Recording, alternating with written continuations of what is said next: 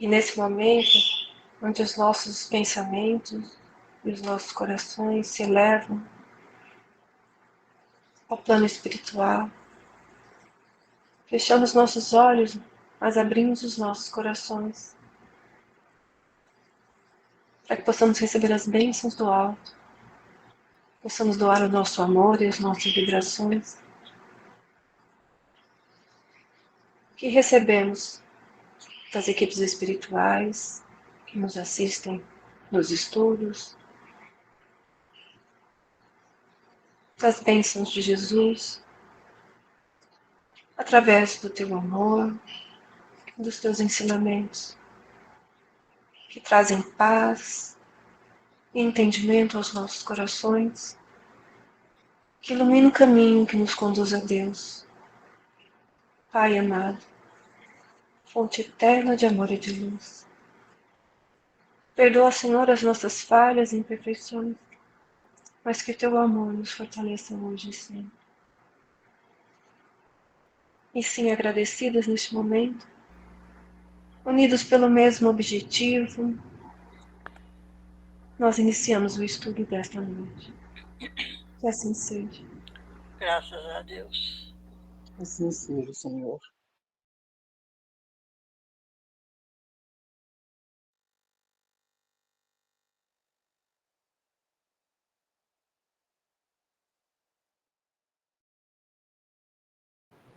Vocês me ouvem bem? Sim. Sim. Sim. Boa noite aí para todo mundo que eu não falei boa noite.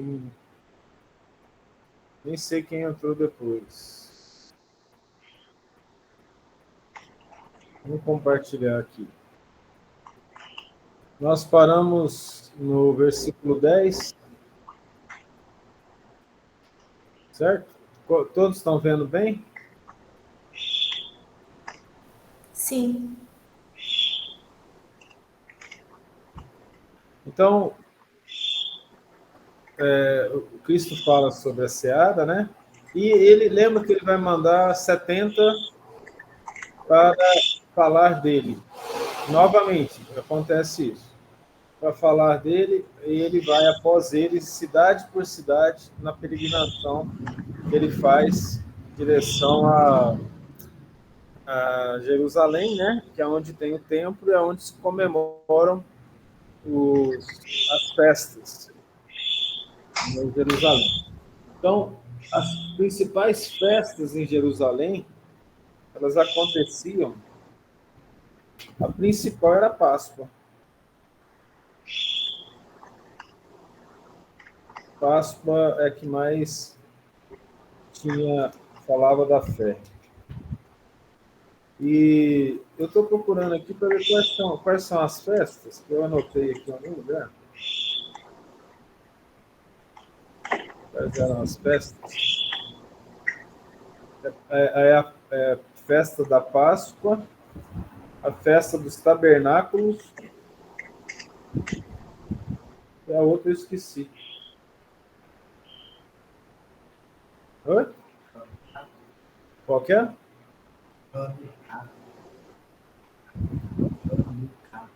Hanukkah? Hanukkah, eu acho que não, filho. Acho que não. O microfone da Ana Paula está aberto. Qual, Ana Paula? Ana Paula.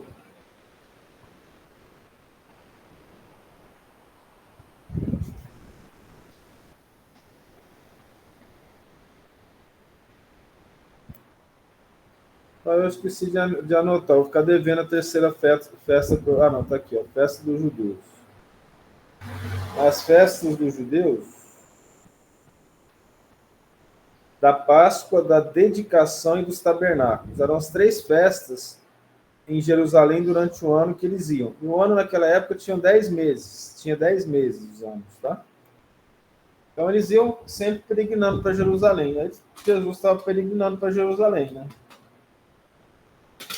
E aí mandou. Aí ele falou, mas em qualquer cidade em que entrardes, não vos receberem, saindo por suas ruas, dizei. Porque quem é que não vai receber Jesus? É quem não está preparado. É quem não está com a vibração adequada para receber Jesus. O que é essa vibração adequada? Essa vibração adequada é o estado de trabalho espiritual que as pessoas fazem. Quando a gente não está bem, a gente está querendo viver as coisas do mundo, a gente não recebe bem Jesus. A gente não recebe bem o bem. Então depende das decisões que a gente toma sobre nós mesmos, se nós queremos ou não estar perto de coisas boas. A gente aprendeu na doutrina espírita que o indivíduo tem a sua psicologia, mas os grupos também têm. As pessoas de ideologias semelhantes, elas se encontram, né? Pessoas de ideologias semelhantes tendem a estar no mesmo bairro, no mesmo grupo, na mesma cidade, no mesmo país. Nós vamos lembrar de um trecho do livro de Cartas de uma Morta, em que a Maria João de Deus fala, interessantemente, quando ela via as pessoas desencarnarem, eles sempre procuravam os seus. Os ocidentais ficavam no Ocidente, não vinham os orientais, né, não vinham para o Ocidente. Eles procuravam estar perto daqueles que lhes eram semelhantes. Então Jesus falou, até o pó que da vossa cidade se nos pegou, sacudimos sobre vós. Ou seja, existe uma separação entre os que querem e os que não querem receber Jesus. Essa separação é de vibração, nós entendemos isso. Sabei, todavia, isto, que já o reino de Deus é chegado a vós. Então, voltando àquela situação que nós temos falado há um bom tempo, de que os espíritos capelinos estavam na Terra e eles estavam no último momento da vida deles, momento em termos de resgate coletivo, em que eles deveriam voltar para o planeta deles, aqueles que conseguiram seguir o caminho do bem. Eles estavam no momento final. E os principais estavam reencarnados em Israel. Então, eles estavam levando os discípulos o conhecimento do Cristo no último momento, e falando assim, olha, está chegada a hora de vocês se arrependerem. Está na hora de tomar outro caminho.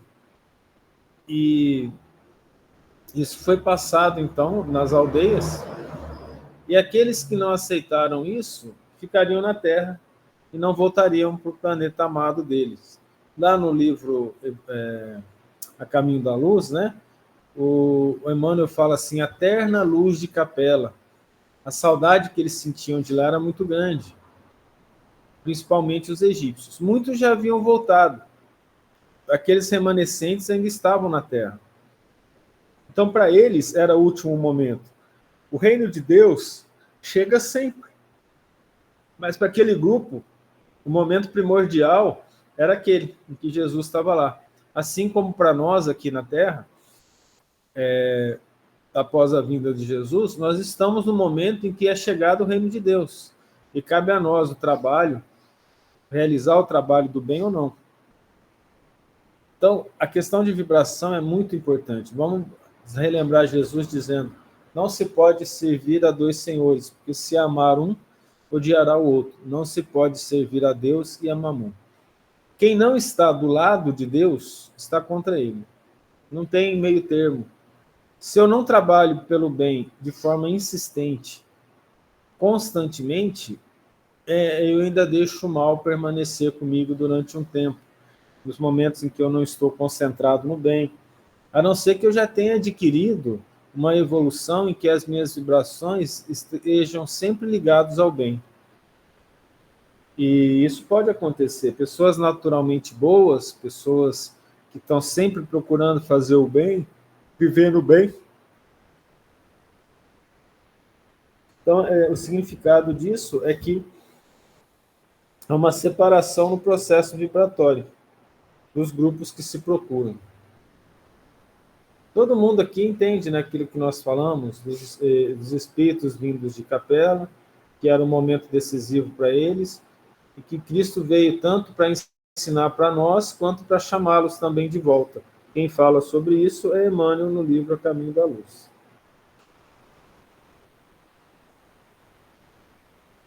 E digo-vos que mais tolerância haverá naquele dia para Sodoma do que para aquela cidade. A história de Sodoma e Gomorra, vocês devem lembrar, da esposa de Ló, né? Profeta, que, tendo piedade das pessoas, um anjo do Senhor falou que ia destruir Sodoma e Gomorra. Aí ele pediu ao Senhor para que o preservasse, por piedade. Ele falou, se encontrar pelo menos uma pessoa que seja de bem numa dessas cidades, né? Eu não destruirei, o Senhor não destruirá. Aí ele entrou na cidade para estudar, para ver como é que eram as pessoas, e percebeu que realmente não havia nenhuma pessoa boa. Vamos considerar que lá em Sodoma e Gomorra tivesse esses mesmos espíritos, só que num estado menos avançado. Eles tinham reencarnado menos, tinham menos tempo de vida na Terra, de vida, de um modo geral. Aí o que acontece? Naquela época, eles não tinham conhecimento do reino de Deus, o conhecimento que os discípulos estavam levando, como Jesus estava levando, que era de uma maneira mais avançada, que é a substituição do rigor da justiça pela serenidade e a paz da caridade, do amor ao próximo que Jesus ensina. Então, quando ele fala que haverá naquele dia, né, mais tolerância para Sodoma, é porque eles não eram tão culpados assim dos erros, porque não conheciam tanto o que era erro. Assim também acontece conosco. Cometer erro com consciência do erro é uma coisa, né? Cometer erro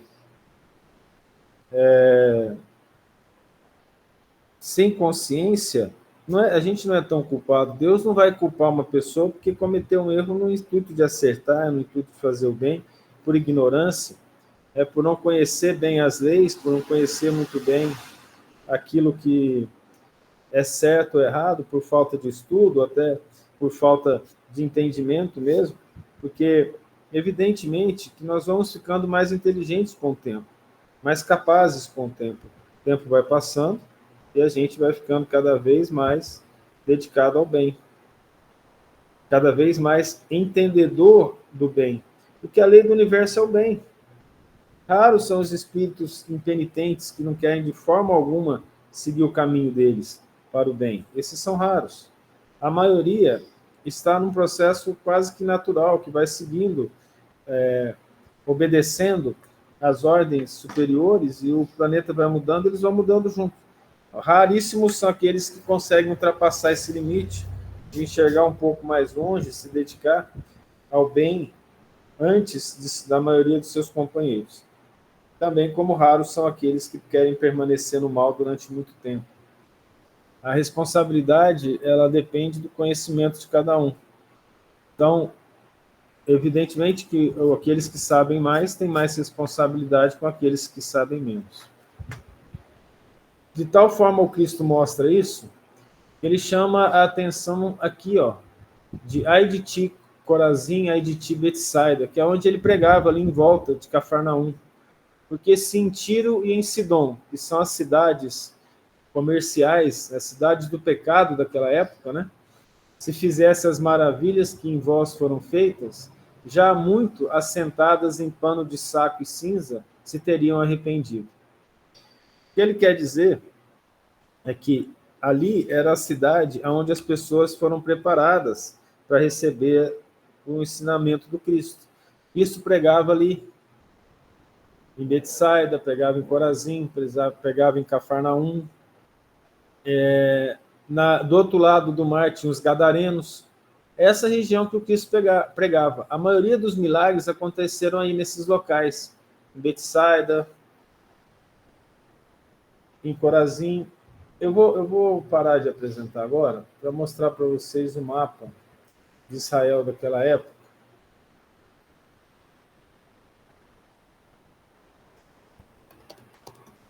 Para vocês entenderem mais ou menos como é isso. É o mapa de Israel no tempo de Jesus.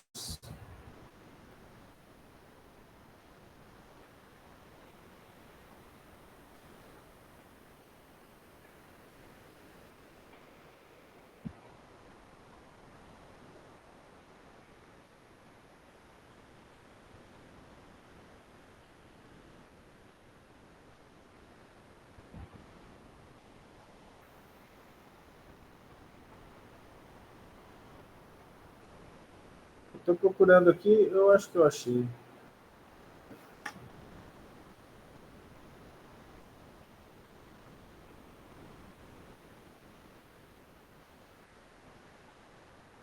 Eu vou colocar aqui, peraí.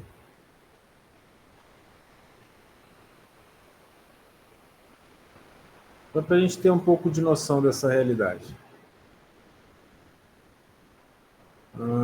Preciso... Isso. Compartilhar isso.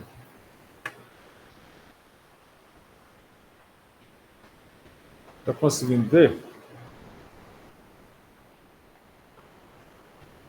Sim.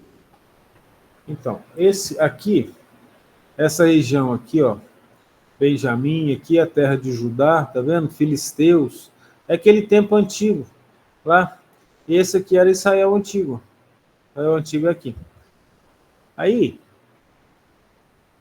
deixa eu ver aqui onde é que tá, ó. Os Gadarenos, Gad, Jazer, Amonitas. Isso não tá tão bom. Peraí, pegar outro. Aqui, ó.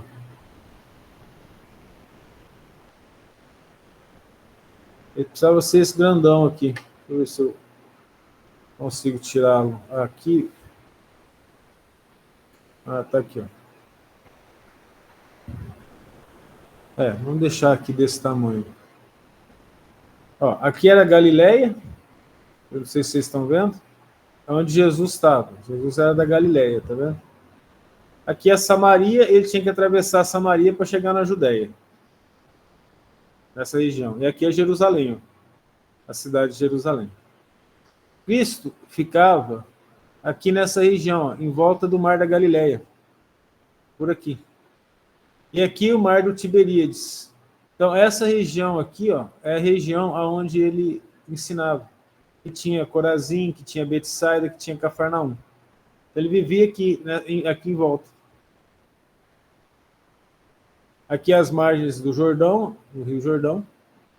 E aí, quando Cristo saía para viajar, né, ele tinha que atravessar Samaria. Por isso que nós vimos antes de ler isso aqui, que para ele vir para Jerusalém, que está aqui embaixo, esse vermelhinho aqui, ó, tinha que passar por Samaria, tá vendo? Tem que passar na terra dos samaritanos. Vê se tem algum melhor que esse.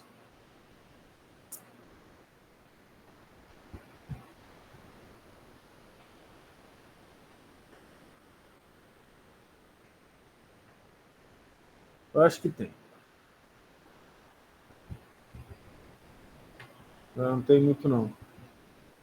Ele está muito ruinzinho. Não está dando para ver. Aqui tem uns nomes da Galileia. Que pena. Deixa eu ver. Talvez dê aqui. Ó. Vou colocar de novo. Espera um pouco.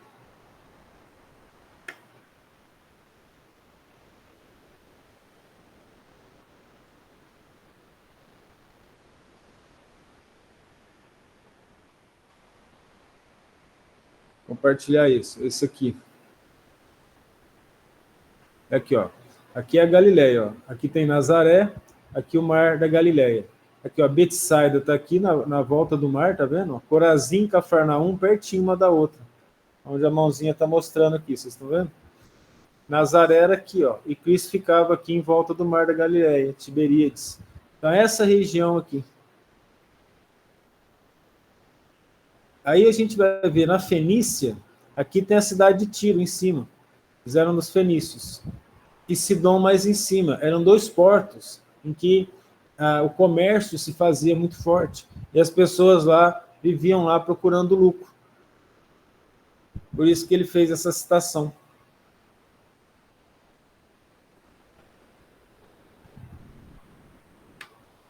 Em relação às cidades que receberam Deus e as cidades do comércio, das coisas materiais.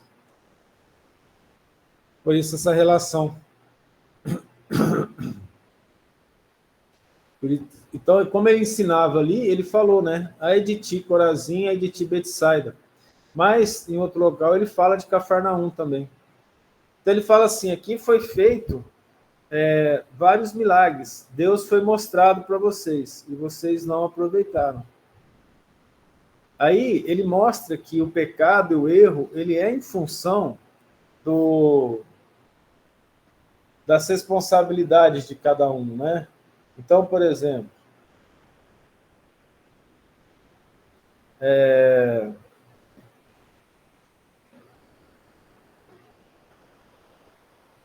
eu tenho mais conhecimento do reino de Deus, então eu sou chamado mais atenção e eu sou mais responsável. Por isso que ele fala, portanto, para Tiro e Sidom será mais tolerável no juízo do que para vós.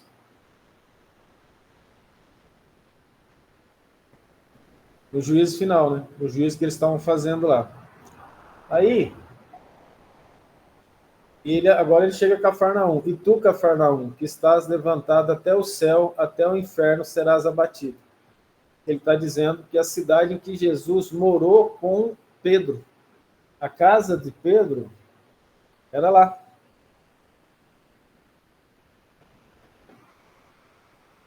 A casa de Pedro era em Cafarnaum. Eles eram pescadores ali do Mar da Galileia. Então, vocês que receberam o reino de Deus, mais será cobrado. Quem vos ouve a vós, a mim me ouve. E quem vos rejeita a vós, a mim me rejeita. E quem a mim me rejeita, rejeita aquele que me enviou. Aqui ele deixa bem claro essa situação. O bem, ele vai reconhecer o bem, e o mal vai reconhecer o mal sempre. Faz parte do processo natural de vibração das coisas, sabe? Das situações que nós optamos. Quem trabalha no bem reconhece o bem. Não vê maldade aonde não há maldade. E o mal costuma ver maldade em tudo, até no bem. Eles não conseguem aceitar que o bem existe e que as pessoas possam trabalhar pelo bem. Então ele chama a atenção das cidades onde ele mais ensinou. Betsaida, Corazim e Cafarnaum. E, entre aspas, né, ele não isenta, mas ele chama a atenção que nos locais onde não se recebeu o reino de Deus, não vai ser tão cobrado. Daí que costumam os espíritos dizerem que, para nós espíritas, a cobrança será mais forte, bem mais forte. Né? Porque a gente tem recebido informações, tem recebido bênçãos imensas, através das leituras, através do conhecimento, através das palestras, e cabe a nós fazer o bem de forma constante. Quando a gente recebe tudo isso e não faz, aí a gente costuma sofrer bastante, né? Lá no livro Os Missionários da Luz, tem aquela conversa. E eles, não sei se vocês lembram disso, eles ficam conversando em grupos, principalmente os espíritas falidos, falando que um veio para ser médium, falhou na mediunidade, né? Eles falharam em vários campos. E a dor deles é muito forte, né? Porque você falha com conhecimento muito grande da realidade. E a gente perde esse conhecimento antes da gente nascer, antes da gente reencarnar. Então ele falou, eu mandei vocês. Se eles ouvirem a vocês, estão me ouvindo. Se ouvindo a mim, estão ouvindo ao Pai. Se rejeitar vocês, me rejeitam. Se rejeitar a mim, rejeita ao Pai. Rejeita Deus. Porque ele veio em nome de Deus. Algum comentário sobre isso?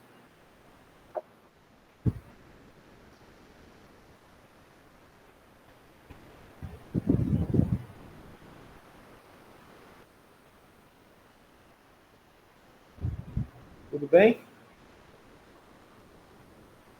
Aí ele continua. E voltaram os 70 com alegria. Então Cristo mandou os 70 e eles voltaram, dizendo, Senhor, em teu nome até os demônios se nos sujeitam. Aí que é assim um certo equívoco, né? Porque eles não foram sozinhos, eles foram de 2 em 2, vocês lembram. Junto com eles foi uma equipe de espíritos para auxiliar. E são esses espíritos que trabalham Então, esses espíritos é que fazem o trabalho espiritual de auxílio. Nós temos um caso interessante, um grupo de jovens, né, da União Espírita Mineira, fazia o trabalho na casa das pessoas. Antigamente, os espíritas eram chamados para fazer evangelho, para orar nas casas, principalmente quando havia a incorporação. Aí chegou um grupo lá, e um jovem, né, dois homens fortes segurando o outro homem.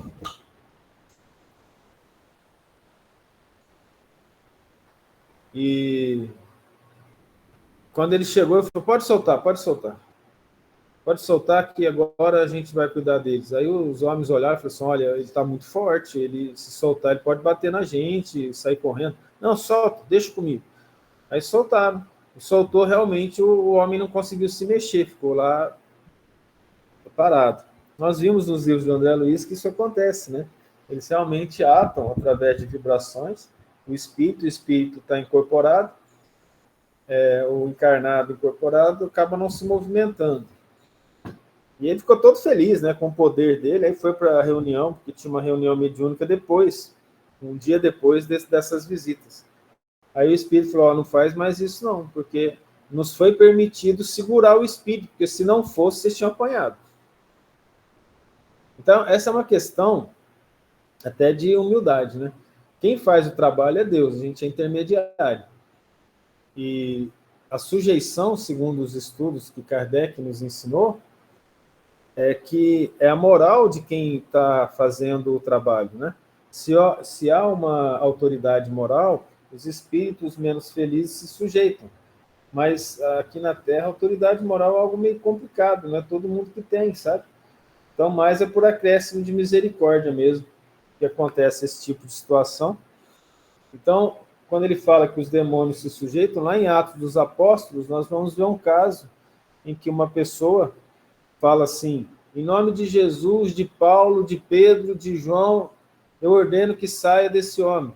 Aí o Espírito falou assim: olha, Jesus, João, Paulo, Pedro nós conhecemos, você não, esse homem apanhou. O endemoniado pegou e deu uma tunda nele.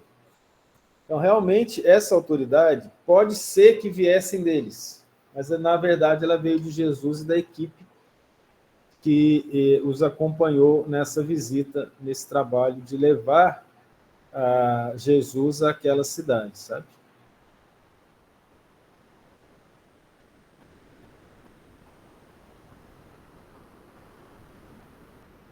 Tudo bem? Sim. E agora ele fala que realmente ele está falando do reino de Deus para os capelinos. Porque ele disse-lhes: eu vi Satanás como raio cair do céu. Isso, para entender, sem a doutrina espírita, é meio complicado. Por quê? O que significa isso? Lá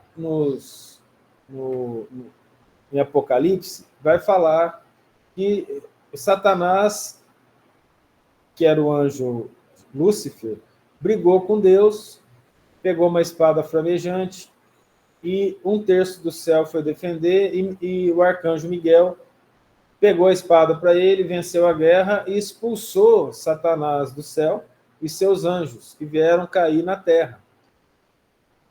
Ora, quem que é esse Satanás e seus anjos? São os capelinos que vieram do sistema de capela.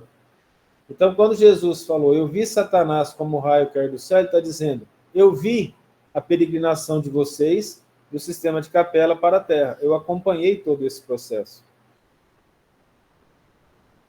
Entendeu? Não é algo simples de explicar para quem não tem estudo espírita, para quem não aceita, para quem não lê os livros espíritas. A história de Lúcifer é essa. Lúcifer, chamado Estrela da Manhã, o anjo mais bonito do céu, se revoltou contra Deus. Se revoltando contra Deus, fez um exército e foi brigar contra o exército de Deus. Aí São Miguel Arcanjo defendeu os céus e expulsou Satanás, e Satanás foi lançado na terra, na verdade no inferno, né? Esse, então, é a história dos anjos decaídos, que foram lançados na terra. Na Bíblia tem algumas citações sobre isso. E eis que vos dou poder para pisar serpentes e escorpiões, e toda a força do inimigo, e nada vos fará dano algum. Então, o poder realmente veio do Cristo, dos espíritos que acompanhavam Jesus Cristo. E esses espíritos que acompanharam Jesus Cristo trouxeram o poder que foi dado a eles, os médiuns que seguiram para levar o reino de Deus, né, para dizer que o reino de Deus era chegado. Quando ele fala para pisar serpentes e escorpiões, ele está falando da maldade, está falando também de algo da psicologia do ser humano. Quando Jesus fala da serpente, ele está falando de enganação, porque lá no Velho Testamento, a serpente é utilizada como espíritos enganadores, obsessores. Não foi a serpente que fez com que a Eva comesse o fruto proibido? Então, quando ele fala serpente, ele está falando isso, de enganadores. Como é que ele chama os fariseus, que são enganadores? Vasos caiados por fora e podres por dentro. Hipócritas, raça de víboras. Então, ele está dizendo que está dando poder para pisar serpentes e escorpiões, ou seja, para vencer o mal, para vencer o erro. E toda a força do inimigo. Quem é inimigo de Deus? Mamon. Quem é Mamon? As riquezas, as coisas materiais, tudo que não foi espiritualizado. E para esses que receberam esse poder, nada vos fará dano algum. Não é que não é dano físico, é dano espiritual. Porque vai dizer que Paulo não era um apóstolo do Cristo. Paulo apanhou muito, Pedro apanhou, João apanhou. Nós vamos ver em Atos dos Apóstolos essa situação, né? Que João e Pedro apanham em Jerusalém e vão para a casa dos amigos lá, orarem e agradecerem a Deus por terem podido apanhar em nome de Jesus. Então a questão é outra. Esse dano é o dano espiritual.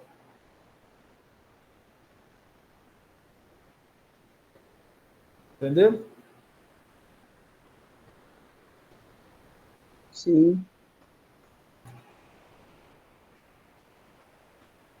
Não vos alegrei por isso, que se vos sujeitem os espíritos. Alegrai-vos antes por estarem os vossos nomes escritos nos céus. Então ele falou, não fique feliz porque vocês comandaram os espíritos. Vamos voltar, Paulo tanto entendeu isso que ele falava. Mesmo que eu possuísse o dom de profecia e falasse a língua dos homens e dos anjos e não tivesse caridade, mesmo que eu tivesse o dom de profecia, ele fala o poder de expulsar os espíritos, mesma coisa. Aqui transforma é a caridade. Esse poder está ligado a situações diferentes da caridade, muitas vezes, sabe? Então, a questão de fazer o bem é que faz com que os nossos nomes sejam escritos nos céus. Ou seja, significa que a gente está fazendo o trabalho do bem. É através desse tipo de situação, de fazer o bem. O poder de expulsar os espíritos é muito relativo. São situações bastante complexas até, porque eu posso não ter moral nenhuma. Como foi dito para esse amigo lá da União Espírita Mineira, se nós não tivéssemos lá, você teria apanhado. Veja que situação. Se nós não tivéssemos lá, você teria apanhado. Então, a moral não foi sua. Não foi você que expulsou o espírito. Fomos nós que, em nome de Deus, expulsamos o espírito.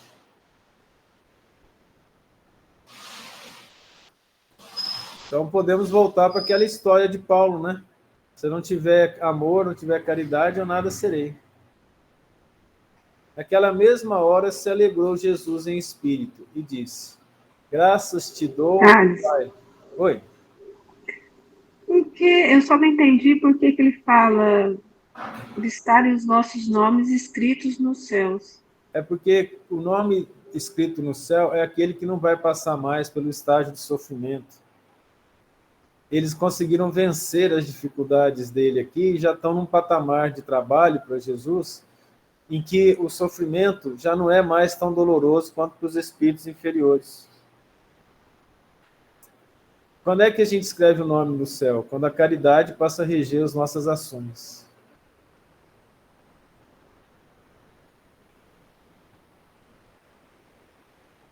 Aí ele fala isso. Vocês que fizeram o trabalho já superaram aqueles erros básicos que os manteriam na Terra. Vocês já podem ir para o céu. Qual que é o céu? Da onde que o Satanás foi expulso? Paraíso. Capela. Aqui é a capela. Então, só vou poder voltar para casa. Entendeu? Poder voltar para casa, voltar para a capela, voltar para a luz de capela.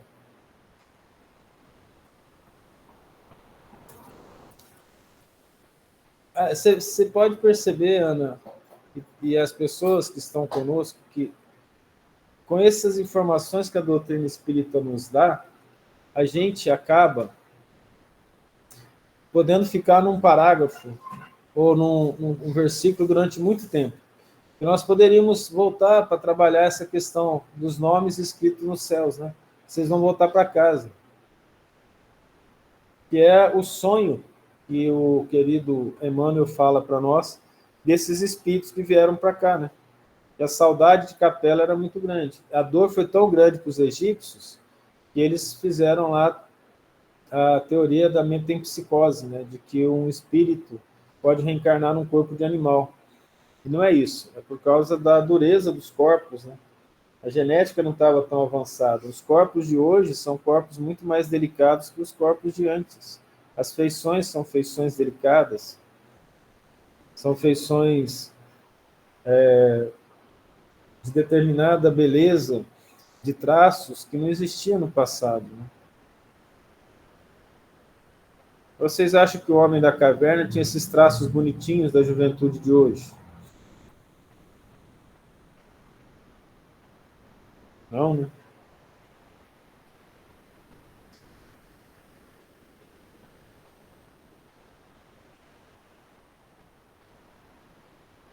Naquela mesma hora celebrou Jesus em espírito e disse: Graças te dou, ó Pai, Senhor do céu e da terra, porque escondeste essas coisas aos sábios e inteligentes e as revelaste às criancinhas. Assim é, ó Pai, porque assim te aprouve. Aqui também para entender, haja, né? Que sábios e inteligentes são esses? São aqueles cuja sabedoria e inteligência gera vaidade e orgulho. Aí eles não têm o coração, os corações abertos para receber as coisas simples do espírito, as pequenas alegrias, as pequenas felicidades. Eles não têm os corações abertos para enxergar amor, para enxergar caridade.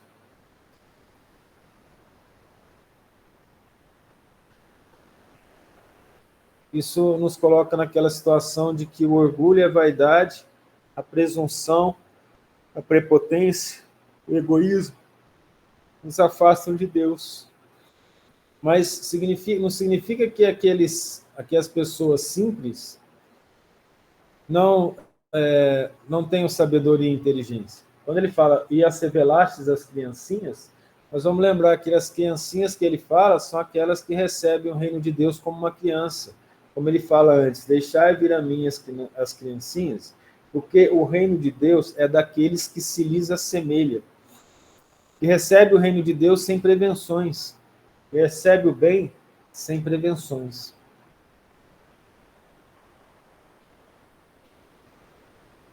Mais algum comentário? Aqui Jesus acaba com qualquer possibilidade dele ser Deus, né? Todas as coisas me foram entregues por meu Pai. E ninguém sabe quem é o Filho senão o Pai, nem quem é o Pai senão o Filho, e aquele a quem o Filho quiser revelar. Aí nós vamos ver que lá, esse capítulo, esse versículo 22 do capítulo 10, ele vai encontrar ressonância lá no capítulo 1 de João. Vamos ler até o versículo 7 do capítulo 1 de João. Aí nós vamos entender isso, ó. No princípio era o Verbo, e o Verbo estava com Deus, e o Verbo era Deus. O Verbo estava com Deus, ele não podia ser Deus. Aqui para nós ele é Deus. Ele estava no princípio com Deus, no princípio da terra. Todas as coisas foram feitas por ele, e sem ele nada do que foi feito se fez. Nele estava a vida, e a vida era a luz dos homens. E a luz resplandece nas trevas, e as trevas não a compreenderam. Aí vamos aqui voltar ao versículo 14. E o Verbo se fez carne e habitou entre nós. E vimos a sua glória como a glória do unigênito do Pai, cheio de graça e de verdade. Então, João fala a mesma coisa que o próprio Cristo está falando aqui no capítulo 10, versículo 22, né? Que é essa questão de que o Pai lhe entregou tudo, mas lhe entregou a construção da Terra, né? O planeta Terra. Chegamos aqui no 22. E todas as coisas me foram entregues por meu Pai. Então, tanto aquele grupo de espíritos que iam evoluir na Terra, associado ao planeta, foi entregue a Jesus, que fomos nós, para que ele pudesse nos encaminhar, quanto à formação do planeta. Não é possível chegar a Deus sem passar pelos conhecimentos que Jesus trouxe.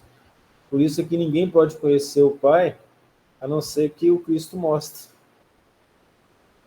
E a questão do querer revelar é a pessoa que absorve, que aceita os ensinamentos de Jesus. Né? E voltando-se para os seus discípulos, disse-lhes em particular: bem-aventurados os olhos que veem o que vós vedes, ou seja, o próprio Cristo e o conhecimento que ele passa. Porque vos digo que muitos profetas e reis desejaram ver o que vós vedes, e não viram, e ouvir o que ouvis, e não ouviram. Eles queriam ouvir, mas esses profetas e esses reis de Israel, que fizeram o bem, eles voltaram para o sistema de capela, né? Como a gente havia falado. E como eles voltaram para o sistema de capela, eles não viram Cristo. É claro que eles não são infelizes, mas seria muito bom se eles tivessem visto Cristo. Né? E se nós podemos dizer, então, que os discípulos dele daquela época é do mesmo grupo desses reis e desses profetas, que antes do Cristo tiveram a missão de levar os ensinamentos do Cristo ao povo de Israel, ao povo judeu.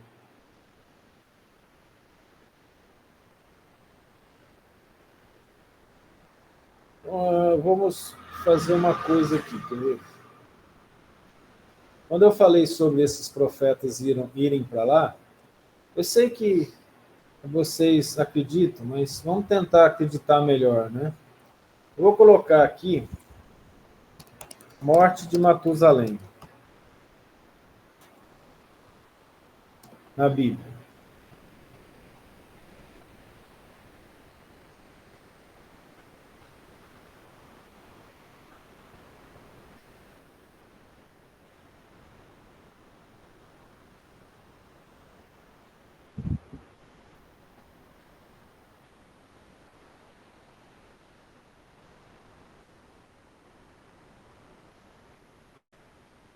Está escrito assim: Matusalém viveu 969 anos e morreu.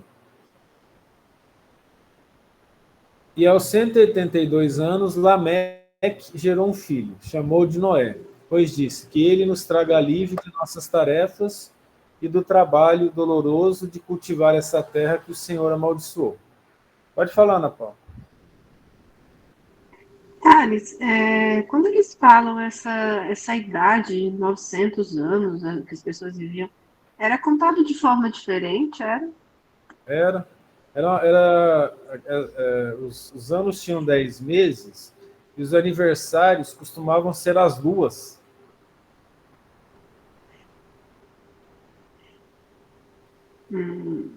Então, o tempo de vida deles era bem menor que o nosso. Não tinha, olha, não tinha vacina, a mortalidade era muito grande, é muito forte, né?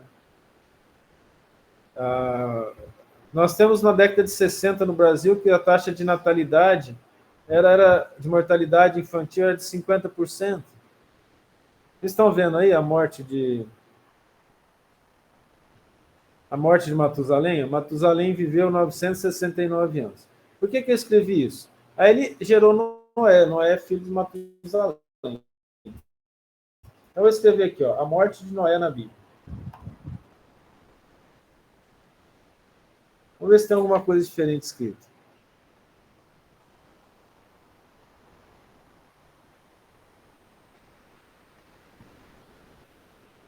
Vamos ver aqui.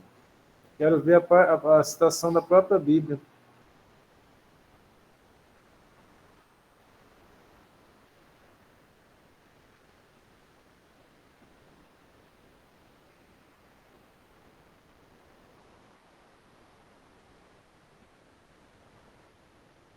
Quero ver Noé morrendo.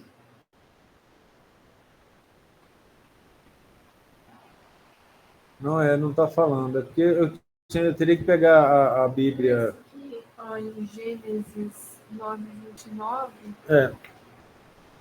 950 anos. Não, mas eu quero achar o Gênesis. Qual que é? Gênesis 9:29. Porque eu quero a própria palavra da Bíblia, não um comentário. Ver se eu consigo ver. Eu consegui achar o Noé.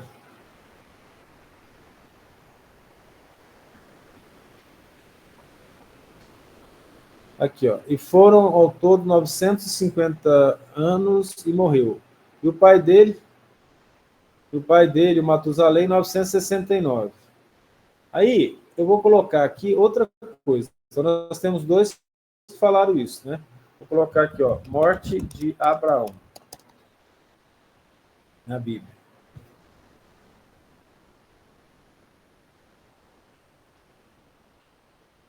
Olha aqui que maravilha que vocês vão entender. Então, aqueles que foram levados para a capela e aqueles que não foram levados para a capela.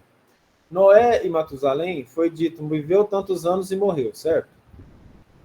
Abraão viveu 175 anos. Aqui, ó. Morreu numa velhice feliz, repleto de bons anos, e foi sepultado junto dos outros membros da sua família. Você sabe quem que é outro membro da família dele? Não. A família dos capelinos.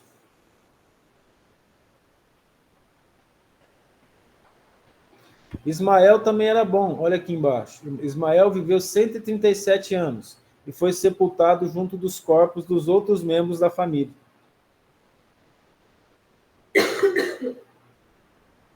O viver pouco deles, nesse caso, é merecimento, menos tempo? Não, porque passaram a contar os anos de forma diferente. Né? O tempo foi assim, contado de forma diferente. Essa que é a questão.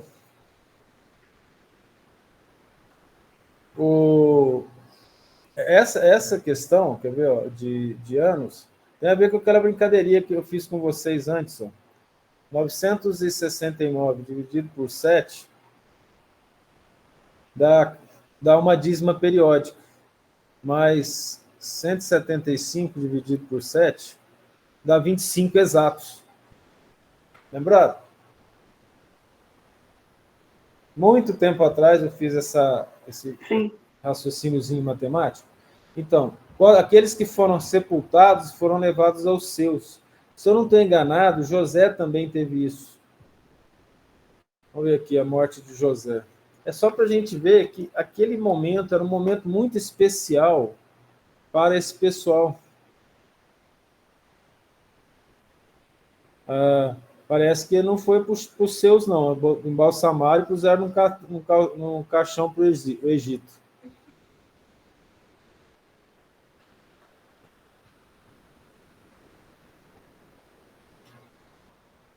Vamos ver aqui, vamos ver a morte de Davi.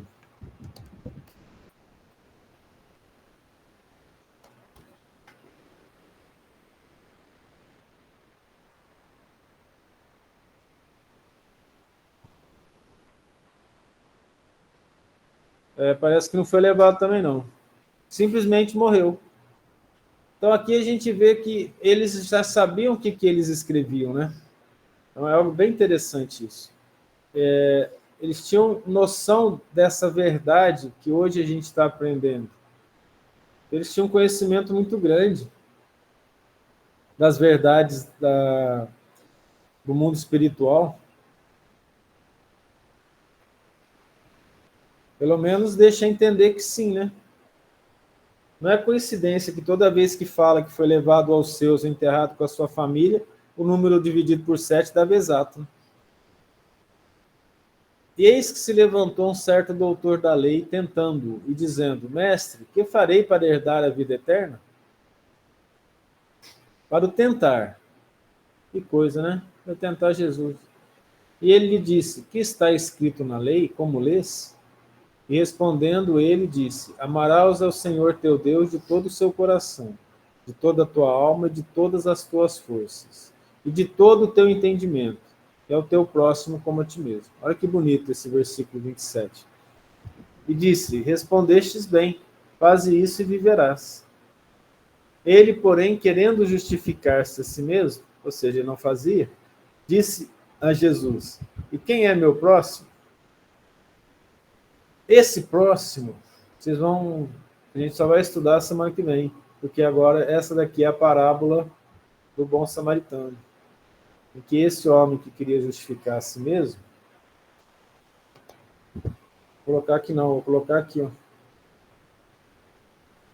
Ele queria justificar a si mesmo, ele vai ouvir a parábola do bom samaritano. E ele vai ter que engolir, dizendo que um samaritano, um homem de má vida, foi mais caridoso do que o padre, né? Ou melhor, do que o sacerdote, do que o levita, do que o doutor da lei, que passou por lá.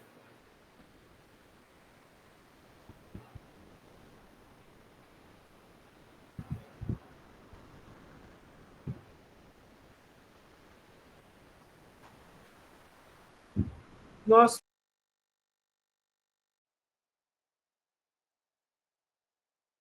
podemos tirar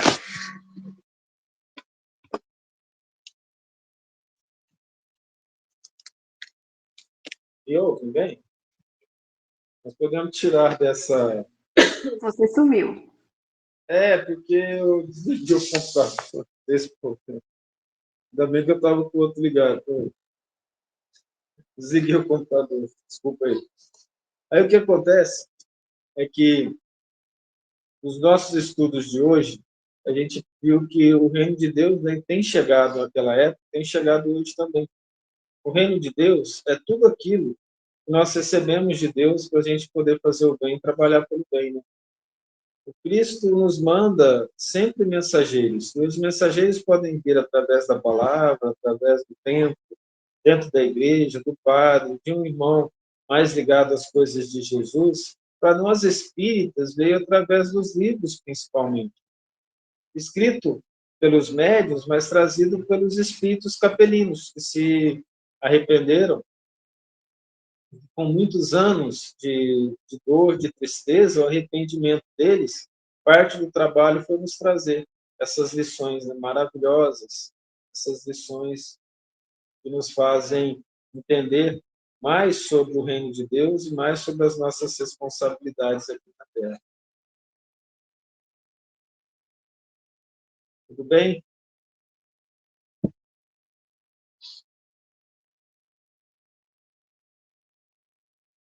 Então tá bom. Vamos fazer a oração final. É possível fazer a oração final?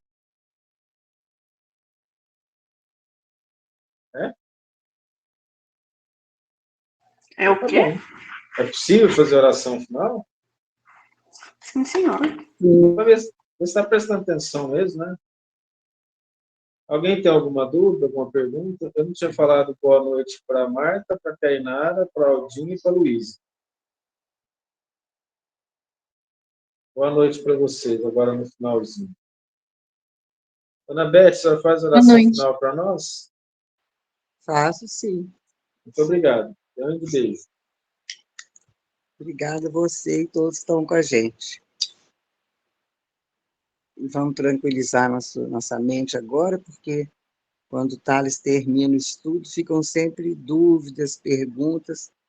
Com certeza que a gente fica, às vezes, até sem saber como é que pergunta, mas dúvida fica, pelo menos comigo. Então, eu quero pedir que Jesus esteja conosco mais essa semana, nos iluminando, nos trazendo paz, comprometimento com nossos deveres e obrigações, nos dando saúde para darmos conta de levar a nossa vida com seriedade, com tranquilidade, pedindo ao nosso anjo protetor, nosso mentor espiritual, que nos abençoe, traga paz para dentro dos nossos lares, nos nossos trabalhos, que a gente tenha muita paz nesses dias tão conturbados que nós estamos vivendo no planeta. Que as autoridades possam ter um pouco de compaixão para com a sua população, evitando as guerras, diminuindo as dores, as fomes, as tristezas que todo mundo está passando nesses dias. Que Jesus esteja conosco, que com Ele juntos a gente vence qualquer batalha. Com fé que Ele esteja com a gente, agindo através de nós, nós vamos vencer tudo que aparecer na nossa frente. Peço a Deus muita paz para todos nós, muito amor e uma semana de muita iluminação. Boa noite para todos. Fiquem com Deus. Graças a Deus, que assim seja. Boa noite. Sim, Boa noite, seja. meus Boa amigos. noite.